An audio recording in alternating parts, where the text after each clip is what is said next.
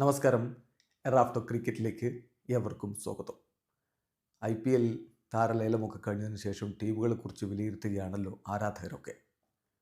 നമ്മൾ squad analysis video series ആരംഭിച്ചിട്ട് 4 എപ്പിസോഡുകൾ കഴിഞ്ഞു. 5ാമത്തെ എപ്പിസോഡിൽ ഈ വീഡിയോയിൽ നമ്മൾ സംസാരിക്കുന്നത് രാജസ്ഥാൻ റോയൽസിനെ കുറിച്ചാണ്. പല കമൻറ്റുകൾ നമ്മുടെ കമൻറ്റ് ബോക്സിൽ ഇങ്ങനെ കണ്ടുകൊണ്ടിരിക്കുന്നുണ്ട്. രാജസ്ഥാൻ റോയൽസിനെ കുറിച്ച് അവരുടെ സ്ക്വാഡ് പരിചയപ്പെടുത്തിയ വീഡിയോയിലൊക്കെ വളരെ മോശം സ്ക്വാഡാണ്, എന്താണ് രാഹുൽ ദ്രാവിഡ് കാണിച്ചു വെച്ചിരിക്കുന്നത്, ഇങ്ങനെയൊക്കെയുള്ള ചോദ്യങ്ങളാണ്. യഥാർത്ഥത്തിൽ അത്ര വലിയ പ്രശ്നമുണ്ടോ ഈ സ്ക്വാഡിൽ? പലരും സാറ്റിസ്ഫൈഡ് എല്ലാം തോന്നുന്നു.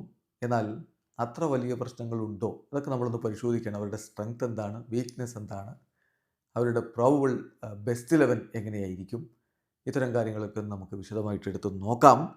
നോക്കുക, ഇപ്പം 25 സ്ലോട്ടുകളാണ് ഓരോ ടീമുകൾക്കും മാക്സിമം ഫില്ല് ചെയ്യാനുണ്ടായിരുന്നത്. അതായത് 25 താരങ്ങൾ വെച്ചുള്ള സ്ക്വാഡ് ഉണ്ടാക്കാം, മിനിമം 18 താരങ്ങൾ. അപ്പം രാജസ്ഥാൻ റോയൽസിൻ്റെ സ്ക്വാഡിൽ 20 താരങ്ങളാണുള്ളത്. 6 ഓവർസീസ് സ്ലോട്ടുകളാണ് അവർ ഫില്ല് ചെയ്തിട്ടുള്ളത്. സോ വിദേശ താരങ്ങൾ 6, മൊത്തം 20 താരങ്ങൾ. ഇതാണ് രാജസ്ഥാൻ റോയൽസിൻ്റെ ഒരു സ്ക്വാഡ്. അപ്പോൾ അവർ റീറ്റെയിൻ ചെയ്ത് നിങ്ങൾക്കറിയാമല്ലോ, 5 ബാറ്റേഴ്സിന് അവർ റീറ്റെയിൻ ചെയ്തിട്ടുണ്ടായിരുന്നു. ഒരേ ഒരു ബൗളറെ മാത്രമാണ് അവർ റീറ്റെയിൻ ചെയ്തിരുന്നത്. അപ്പോൾ അതുകൊണ്ട് തന്നെ അവർക്ക് ഓപ്ഷനിലേക്ക് പോകുമ്പോൾ ആ ബൗളിംഗ് ഏരിയ ഫില്ല് ചെയ്യേണ്ടതുണ്ടായിരുന്നു. അതിനു വേണ്ടിയിട്ടുള്ള ശ്രമങ്ങൾ അവർ നടത്തിയിട്ടുമുണ്ട്. നല്ല ബാറ്റർമാരെ തന്നെയാണ് നിലനിർത്തിയിരുന്നത്. ടോപ്പ് ഓർഡറും മിഡിൽ ഓർഡറും അതുകൊണ്ട് തന്നെ അതിശക്തവുമാണ്. അതേസമയം ഈ ബൗളേഴ്സിനെ പിക്ക് ചെയ്യാൻ വേണ്ടിയിട്ട് ഓപ്ഷനിൽ അവർ തുനിഞ്ഞിറങ്ങിയപ്പോൾ ഒരു ക്വാളിറ്റി പേസർ ജോഫ്രെ ആർച്ചറെ അവർ ടീമിലെടുത്തു. പിന്നെ ശ്രീലങ്കൻ സ്പിന്നർ വാനന്ദു ഹസരംഗ, അതുപോലെ തന്നെ മഹീഷ് തീക്ഷാന. അപ്പോൾ ഇതിൽ ഹസരംഗയും ആർച്ചറും ഒക്കെ വളരെ ക്വാളിറ്റി പ്ലേയേഴ്സാണ്, സംശയമൊന്നുമില്ല. പക്ഷെ രണ്ടുപേരും ഇഞ്ചുറി പ്രോണാണ് എന്ന പ്രശ്നമുണ്ട്. അത് സീസൺ പുരോഗമിക്കുമ്പോൾ ഏത് തരത്തിൽ രാജസ്ഥാനെ ബാധിക്കും എന്നുള്ളത് കണ്ടറിയേണ്ട കാര്യമാണ്. പിന്നെ അവരുടെ ഓവർസീസ് ബാക്കപ്പ് പ്ലേയേഴ്സായിട്ട് വന്നിട്ടുള്ളവർ അത്ര മികച്ചവരാണെന്ന ചോദ്യമുണ്ട്. ലോക്കി പ്ലേയേഴ്സാണ്. ക്യോന മപ്പാക്കയാണ് ഒരാൾ. ക്യോന മപ്പാക്ക നമുക്കറിയാമല്ലോ, 18കാരനാണ്. കഴിഞ്ഞ സീസണിൽ മുംബൈയിൽ അദ്ദേഹം വന്നിട്ടുണ്ടായിരുന്നു. കളിച്ച 2 കളികളിലും നന്നായിട്ട് അടികിട്ടി. 14ഒക്കെയാണ് അദ്ദേഹത്തിൻ്റെ IPL ഇക്കണോമി. സോ ലോക്കി പ്ലെയറാണ്. അതുപോലെ തന്നെ ഫസലക് ഫറൂഖി.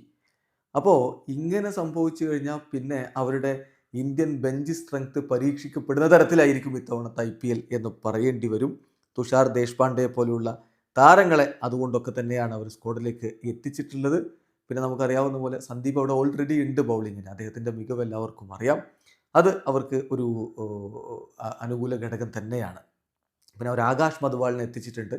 അതൊക്കെ ബൗളിങ്ങിൻ്റെ പ്രശ്നങ്ങൾ പരിഹരിക്കാൻ കഴിയും എന്ന പ്രതീക്ഷയിൽ തന്നെയാണ്. അതേസമയം അവരുടെ സ്പിൻ ബൗളിംഗ് നോക്കുക, ഈ മികച്ചൊരു ഇന്ത്യൻ സ്പിന്നർ ഉണ്ടെന്നുള്ള ചോദ്യമാണ്. വാനന്ദു ഹസരംഗയും മഹീഷ് തീക്ഷാനയും 2 ശ്രീലങ്കൻ സ്പിന്നേഴ്സ്. പിന്നെ ഉള്ളത് കുമാർ കാർത്തികേയാണ്. പിന്നെ സ്പിൻ ബൗളിംഗ് ഓൾറൗണ്ടേഴ്സായിട്ട് വേണമെങ്കിൽ റിയാൻ പരാഗ്, നിതീഷ് റാണ ഒക്കെ ഉണ്ട് എന്ന് പറയാമെന്ന് മാത്രമേ ഉള്ളൂ. സോ അവിടെ ഇവിടെ ചില പ്രശ്നങ്ങളുണ്ട് എന്നുള്ളത് യാഥാർത്ഥ്യമാണ്. എന്നാൽ പലരും പറയുന്ന പോലെ ഇതൊരു വളരെ മോശം സ്ക്വാഡാണ് എന്ന തരത്തിൽ വിലയിരുത്തുന്ന ഒരു അർത്ഥവുമില്ല. സ്ട്രെങ്ത് എന്ന് പറഞ്ഞാൽ സ്ട്രോങ് റീറ്റെയിൻഡ് കോർ, റീറ്റെയിൻ ചെയ്തിട്ടുള്ള താരങ്ങൾ അത് സൂപ്പർ തന്നെയാണ്. എക്സ്പ്ലോസീവ് ആയിട്ടുള്ള ടോപ്പ് ഓർഡറും മിഡിൽ ഓർഡറും അവർക്കുണ്ട്, അത് സമ്മതിച്ചേ പറ്റൂ. അതേസമയം ഈ പ്രശ്നങ്ങളുണ്ട്. ഓവർസീസ് പ്ലെയേഴ്സിന്, സ്പിന്നേഴ്സിനെ കൂടുതലായിട്ട് അവർക്ക് റിലേ ചെയ്യേണ്ടി വരും.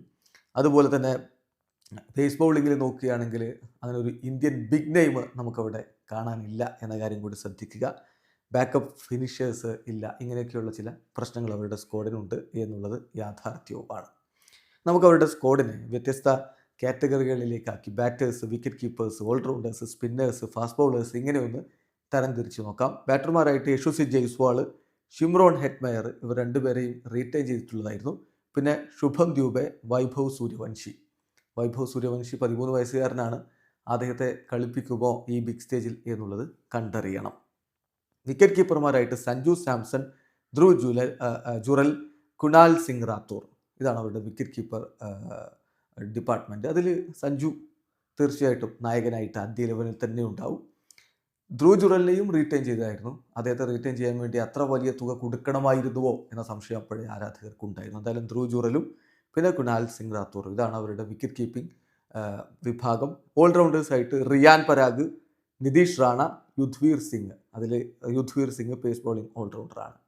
സ്പിന്നേഴ്സായിട്ട് വാനന്ദു ഹസരംഗ, മഹീഷ് തീക്ഷാന, കുമാർ കാർത്തികേയ. ഫാസ്റ്റ് ബൗളേഴ്സായിട്ട് സ്ക്വാഡിലുള്ളത് Jofra Archer, Sandeep Sharma, Tushar Deshpande, Akash Madhwal, Fazalhaq Farooqi, Kwena Maphaka, Ashok Sharma എന്നിവരാണ്. സോ അവരുടെ സ്ക്വാഡ് മികച്ച രൂപത്തിലുള്ള ബാറ്റർമാരെ കൊണ്ട് നിബിഡമാണ്. ബൗളിങ്ങിലും മോശമല്ലാത്തവരുണ്ട്, പക്ഷേ ബാക്കപ്പ് പ്ലേയേഴ്സിൻ്റെ കാര്യത്തിൽ സംശയങ്ങളുണ്ട്. മികച്ച ഇന്ത്യൻ പേസറുണ്ടോ എന്നുള്ള ഒരു ചോദ്യവുമുണ്ട്.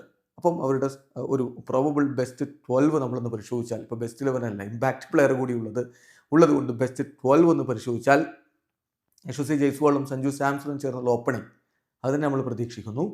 Then Nitish Rana number 3, number 4 Riyan Parag, number 5 Dhruv Jurel, then Shimron Hetmyer number 6, Wanindu Hasaranga at number 7, അദ്ദേഹത്തിന് ബിഗ് ഹിറ്റിങ്ങിന് കൂടി കപ്പാസിറ്റി ഉള്ള ആളാണ്, നമുക്കറിയാമത്. നമ്പർ 8 ശുഭം ദ്യൂബയോ ആകാശ് മധുവാളോ, അത് മത്സരത്തിൻ്റെ സ്വഭാവം അനുസരിച്ചായിരിക്കും ഇറക്കുക എന്ന കാര്യത്തിൽ തർക്കമില്ല. ആകാശ് മധുവാൾ പേസ് ബൗളറാണ്, മറ്റൊരാൾ ബാറ്റിങ്ങിനെ ശക്തിപ്പെടുത്താൻ വേണ്ടിയിട്ടായിരിക്കും മറ്റേയാളെ ആണെങ്കിൽ ഇറക്കുക. Then Jofra Archer, Maheesh Theekshana, Sandeep Sharma, then number 12 Tushar Deshpande. So impact player രൂപത്തിൽ അവിടെ ഒരു ബാറ്ററെ മാറ്റി തുഷാർ ദേശ്പാണ്ഡെ കൊണ്ടുവരിക, അല്ലെങ്കിൽ പ്ലേയിങ് ലെവലിൽ തുഷാർ ദേശ്പാണ്ഡെ ഉണ്ടാകും. അതിനുശേഷം ബാറ്റ് ചെയ്യുന്ന ഘട്ടത്തിൽ അദ്ദേഹത്തെ മാറ്റി ഒരു ബാറ്ററെ കൊണ്ടുവരിക. ഈ രൂപത്തിലൊക്കെയുള്ള ഇമ്പാക്റ്റ് പ്ലെയർ സ്ട്രാറ്റജി അവർക്ക് ഉപയോഗപ്പെടുത്താവുന്നതേ ഉള്ളൂ. ഇതൊക്കെ നമ്മളിപ്പോൾ ഒരു 2-3 മാസത്തിനപ്പുറത്തേക്ക്, 3-4 മാസത്തിനപ്പുറത്തിരുന്നു കൊണ്ടാണ് പറയുന്നത്. IPL തുടങ്ങാൻ ഇനിയും ദിവസങ്ങളുണ്ട്. അതുകൊണ്ട് ഈ പ്രോബിൾ ബെസ്റ്റ് 11 വലിയ പ്രാധാന്യമൊന്നും കൊടുക്കേണ്ടതില്ല. മറ്റു കാര്യങ്ങൾ ശ്രദ്ധിക്കുക. സ്ക്വാഡിനെ സംബന്ധിച്ചിടത്തോളം വളരെ മോശം പറയുന്നവരുണ്ട്, അങ്ങനെ പറയേണ്ട ഒരു കാര്യവുമില്ല.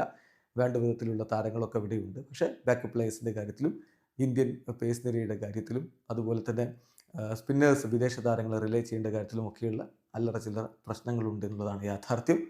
നിങ്ങൾക്കൊരു പക്ഷേ വ്യത്യസ്തമായുള്ള അഭിപ്രായങ്ങളുണ്ടാവും. കമൻറ്റ് ബോക്സ് രേഖപ്പെടുത്തി ആരോഗ്യകരമായ ക്രിക്കറ്റ് ചർച്ചകളുമായി നമുക്ക് മുന്നോട്ട് പോകും. വീഡിയോ അവസാനിക്കുന്നു. ക്രിക്കറ്റ് ലോകത്തെ കൂടുതൽ വിശേഷങ്ങളുമായി റാഫ് ടോക്സിൽ എത്താം.